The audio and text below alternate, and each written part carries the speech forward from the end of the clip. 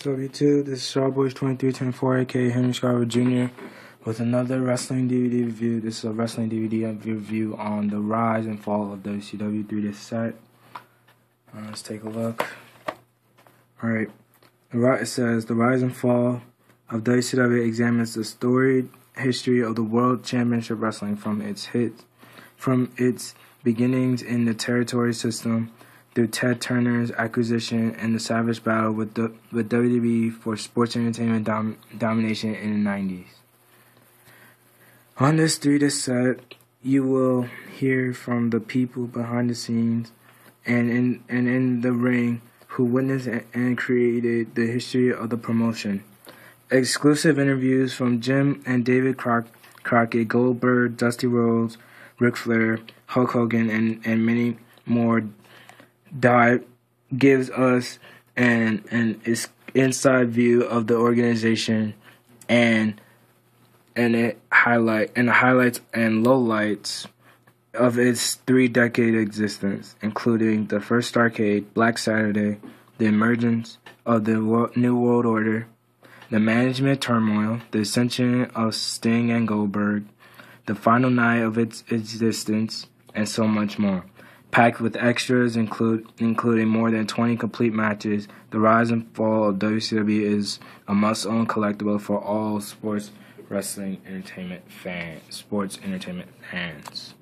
Matches included Ric Flair versus Ricky the Dragon Steamboat, the Rock and Roll Express versus the Midnight Express, WCW World Tag Team Championship match between the Steiner Brothers versus Sting and Luger, WCW International World Heavyweight Championship match, Rick Rude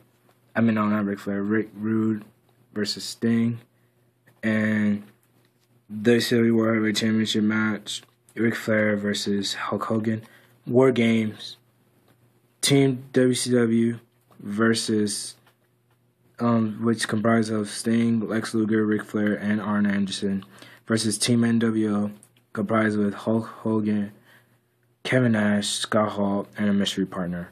Diamond Dallas Page and Karl Malone versus Hollywood Hulk Hogan and Dennis Rodman. Goldberg versus Diamond Dallas Page and more than a dozen more.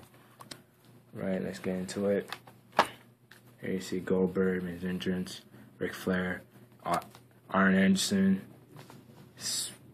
Sting, putting a sharpshooter on Brett, Scott Hall and Kevin Nash holding the Tag Team Championships, and Hulk Hogan with the World Heavyweight Championship spray painted with the NWO logo inside.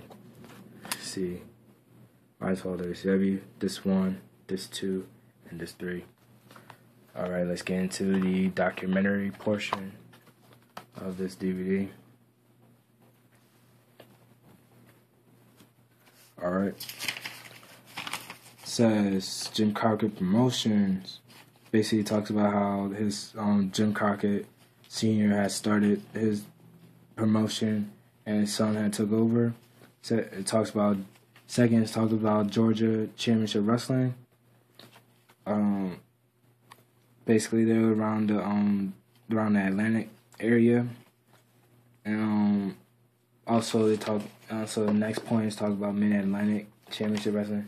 Basically from, I believe, Richmond, Virginia, and on down to like Florida. That's where their territory was.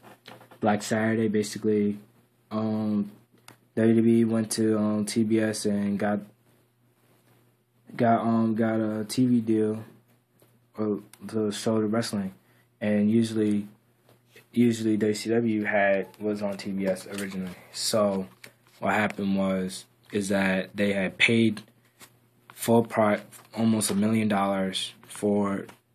get the TV deal back, but it's called Black Saturday because they lost most of that money because it was Black Saturday because they actually paid for their first WrestleMania because Vince at the time was creating his first WrestleMania.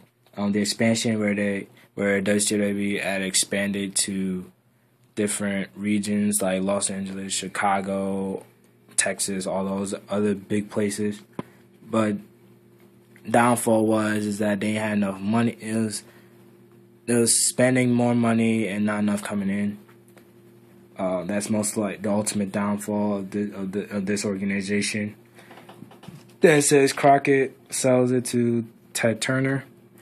Basically, Crockett couldn't really own the business anymore. His business went down. If Crockett had didn't sell the business, so he sold it to Ted Turner. Greatest talents in the world, talks about all the great talents that came to WCW, and talk about new management.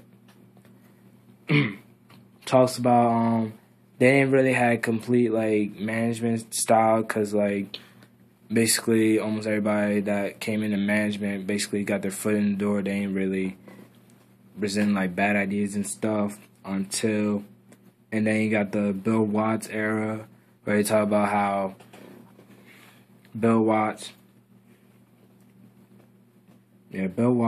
basically removed all the mats on the floor basically, and he restricted coming off the top rope and stuff like that.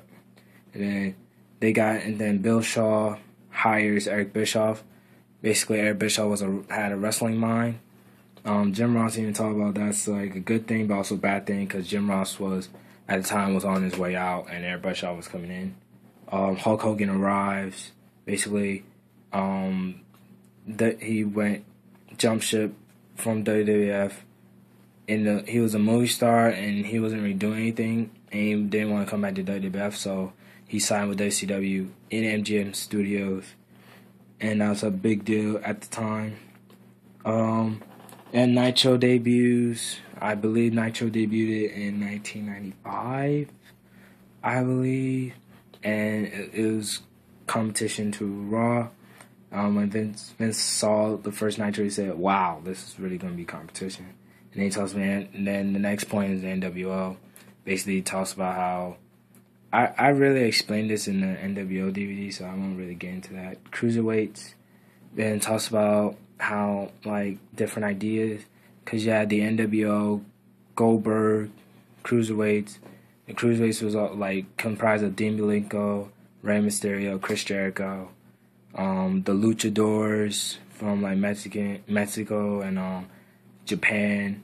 Then you got Goldberg, how the rise of him started. Like he came in at a perfect time where they needed him. WCW ratings champion. They was winning the ratings war against Monday Night Raw. Like I believe like 82 or 84 weeks, and that streak was broken. Celebrities, they're talking about how celebrities, like in order to get your program like very over strong, they had to go mainstream, so they bring in celebrities like Karl Malone, Dennis Rodman, and Jay Leno. Goldberg versus Hulk Hogan. Again, I already talked about this in other DVD reviews, so I won't really get into that.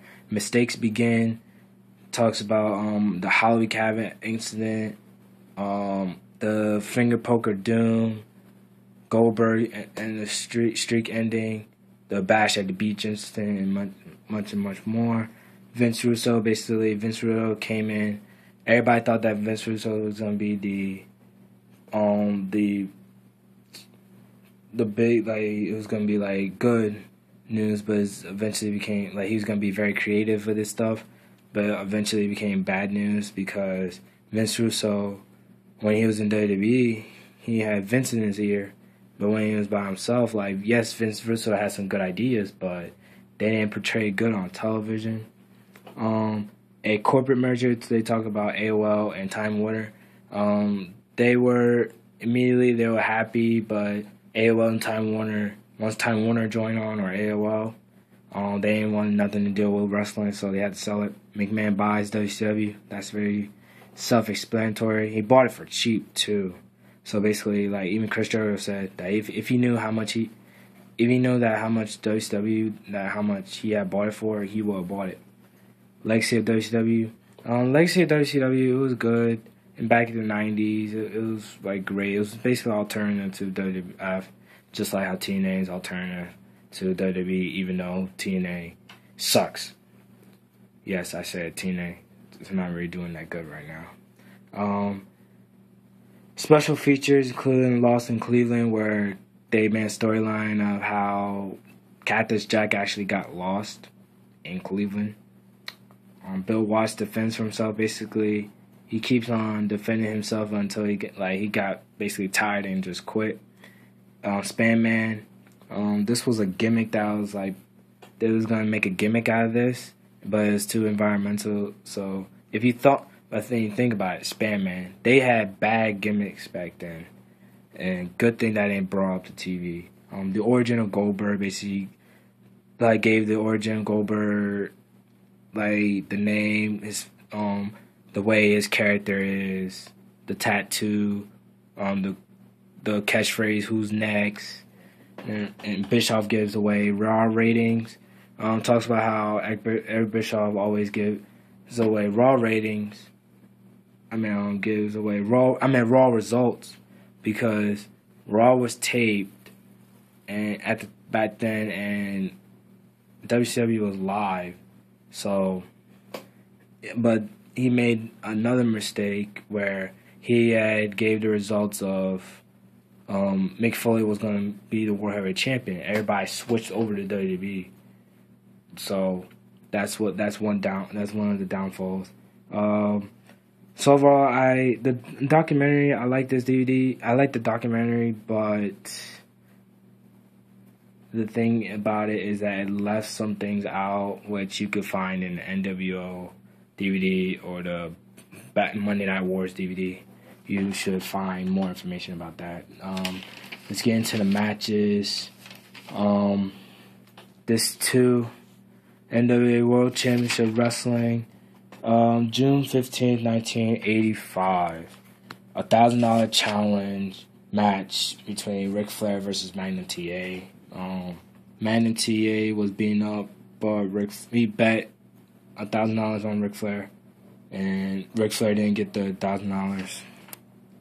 But the match didn't have a result, so then you got the main event, April 3rd, 1988, between Sting, Lex Luger, and Barry Windham versus Ric Flair, Arn Anderson, and Tully Blanchard, with J.J. Dillon.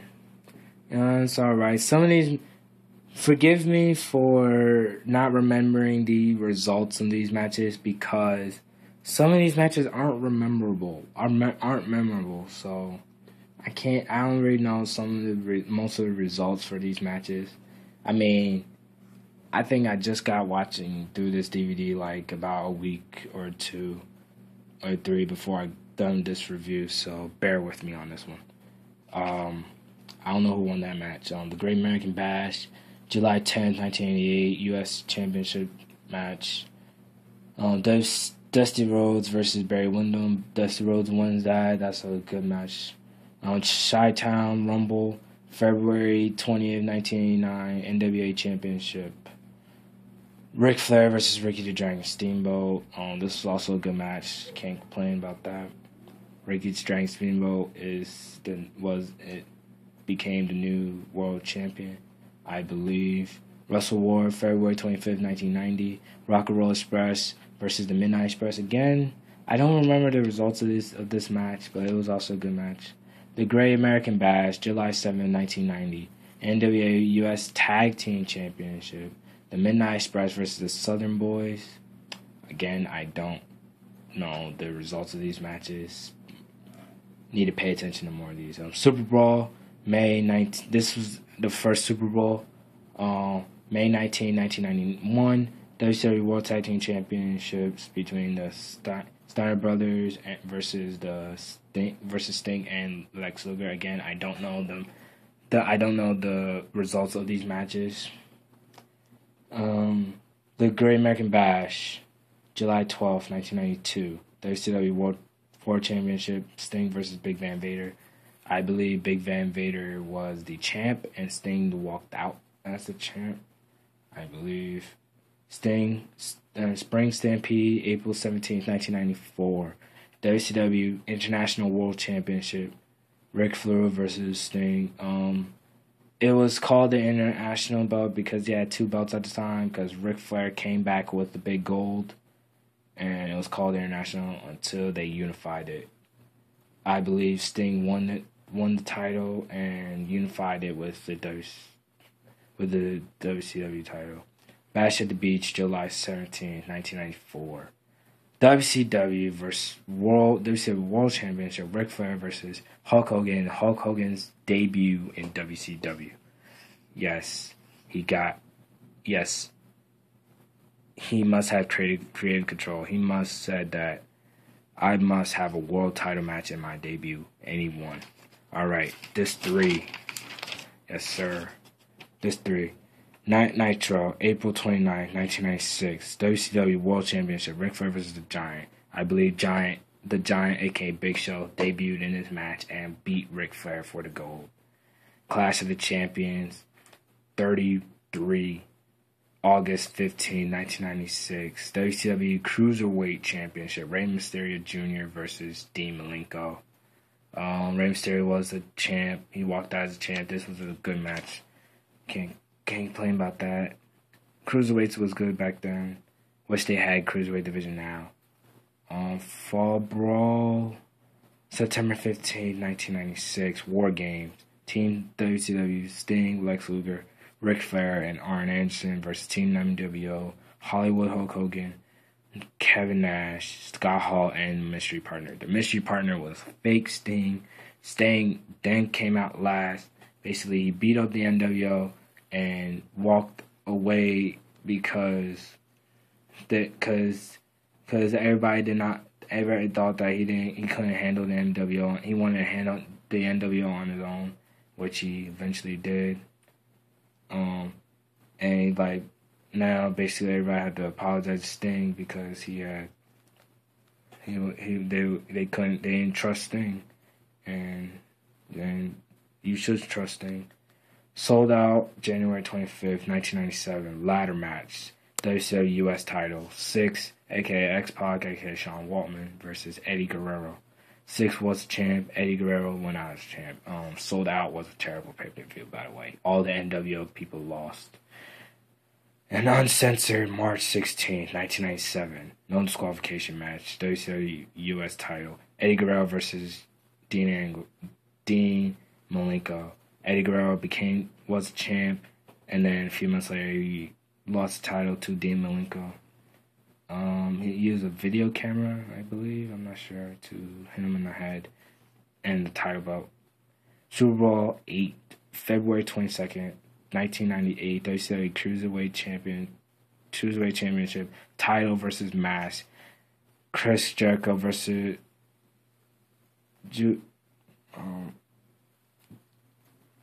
Juva Guerrero. This was an alright match. Since Jericho didn't lose the title, so he had unmasked. I don't know who that is. So same night, Super Bowl 8, WCW Unified World Tag Team Championships. The Steiner Brothers versus the Outsiders. This was a memorable match because Scott Steiner turned heel and joined the NWO. Bash at the Beach, July 12, 1988. Dallas Page and Karl Malone versus Hollywood Hulk Hogan and Dennis Rodman. This was basically a match for entertainment purposes, not a match like Match of the Year or Cannons or whatever. Halloween Havoc, October 25th, 1998. WCW title, Goldberg versus Dallas Page. I already gave my thoughts on this match. If you want my thoughts on this match, check out the Goldberg Ultimate Collection DVD review. I'll give my thoughts on that. Nitro, August 7, 2000. WCW title. Booker T versus Lance Storm. This was a good match. I did not know that Lance Storm was a good wrestler, but he actually is a good wrestler. So overall about this DVD, I'll just get it just for the documentary. If you're a new wrestling fan, I'll just get it for the documentary. I wouldn't get it for the matches because the matches aren't very memorable, and this 3 is the only things that I remember other than the Ric Flair and Hogan match from this 2. So yeah, just for the documentary alone, not for not for the matches. So anyways, rate, comment, and subscribe, and I'm out. Peace.